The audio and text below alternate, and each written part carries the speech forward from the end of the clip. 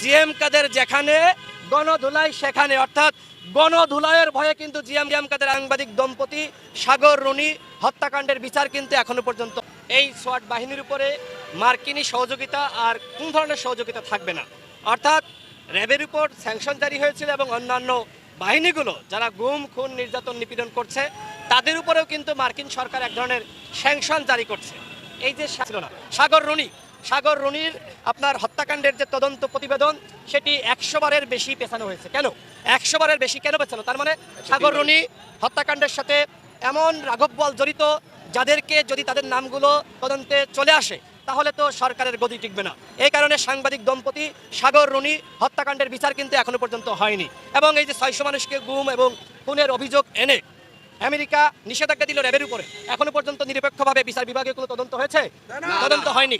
আমি গতকাল প্রথম আলো পত্রিকায় দেখলাম যে 55টি মামলায় এই ঢাকা শহরে 845 জন বিএনপির নেতাকর্মীকে সাজা দেওয়া হয়েছে। 845 জন। দেখেন, বিএনপির সম্ভাব্য যে সকল প্রার্থী ছিল, যারা আগামীতে এমপি হবে, যারা আগামীতে আপনার জনগণের জন্য লড়াই সংগ্রাম করবে, তাদেরকে সাজা দিয়ে দেওয়া হলো। তার মানে কি এই সরকার এখন ফাঁকা মাঠে গোল দিতে চায়। এই সরকারের বন্ধু একমাত্র জাতীয় পার্টি দালাল মুনাফেক বেঈমান। আজকে জাতীয় পার্টির আজকে অপর নাম বেঈমান মুনাফেক পার্টি, তাই না? জাতীয় পার্টি এভাবেই কিন্তু জনগণের সাথে মুনাফেকি করছে। দেখেন আপনার এরশাদের ভাই জিএম কাদের আজকে কিন্তু কোনো বক্তব্য মিডিয়ার পাতায় দিচ্ছে না, তার বক্তব্য আমরা শুনি না। জিএম কাদের কোথাও আমরা তাকে দেখছি না, কারণ এই জিএম কাদের যেমনিভাবে জনগণের সাথে প্রতারণা এবং বেঈমানি করেছে, জিএম কাদের যেখানে গণধুলাই সেখানে, অর্থাৎ গণধুলাইয়ের ভয়ে কিন্তু জিএম কাদের আজকে ঘর থেকে আর বের হচ্ছে না। আজকে এই যে জাতীয় পার্টির মহাসচিব চন্নু আজকে চটাং কথা বলছে, তার চেহারাটা দেখলে আমার কাছে মনে হয় যে সরকারের দালাল চাটুকার, তাই মনে হয় না? আজকে সরকারের দালালি করতে করতে এদের মুখের কথা আওড়া হয়ে গেছে, স্পষ্টভাবে কথা মুখ থেকে বের হয় না। যারা জনগণের সাথে দালালি, জনগণের সাথে যারা বেঈমানি করবে আর সরকারের দালালি করবে, জনগণ আগামীতে তাদের পিঠের চামড়া রাখবে না। জিএম কাদের রাস্তাঘাটে বের হলে জনগণ কিন্তু তার মুখে থুতু দিবে। এই ধরনের একটি প্রতিবাদী মিছিল, প্রতিবাদী জাগরণ কিন্তু আজকের বাংলাদেশে শুরু হয়ে গেছে। এই যে শাহজাহান ওমর বিএনপি থেকে বহিষ্কৃত, আজকে আওয়ামী লীগের নৌকার প্রতীকে নির্বাচনে গিয়েছে। তার মানে কি? তার মানে নৌকা আজকে দেউলিয়া হয়ে গেছে।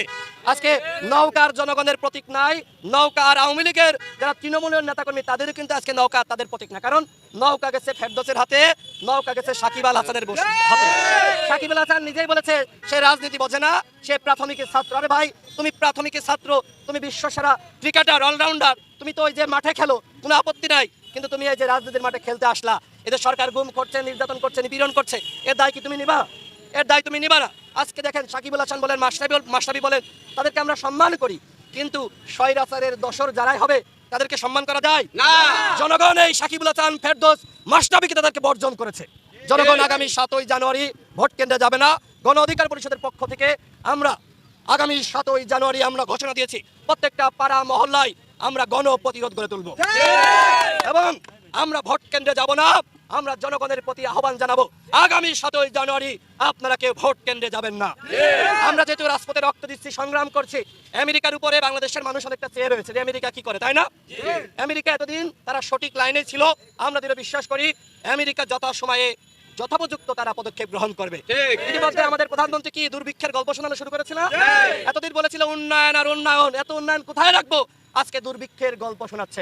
ইতিমধ্যে দুর্ভিক্ষ শুরু হয়ে গেছে না? পেঁয়াজের দাম কত? 110 টাকা ছিল শুক্রবার, এখন 300 টাকা। এই মুহূর্তে পেঁয়াজের কেজি 300 টাকা। আমেরিকাকে ইঙ্গিত করে আমাদের প্রধানমন্ত্রী বলেছিল যে আমেরিকা বাংলাদেশে দুর্ভিক্ষ লাগাবে, কিন্তু দুর্ভিক্ষ লাগিয়ে দিয়েছে এই ভারত আমাদের স্বামী স্ত্রী নাকি, ভারত আমাদের রাখি বন্ধনের সম্পর্কের সাথে নাকি জড়িত, অথচ এই ভারত পেঁয়াজ রপ্তানি বন্ধ করে আজকে বাংলাদেশে দুর্ভিক্ষ লাগিয়ে দিয়েছে।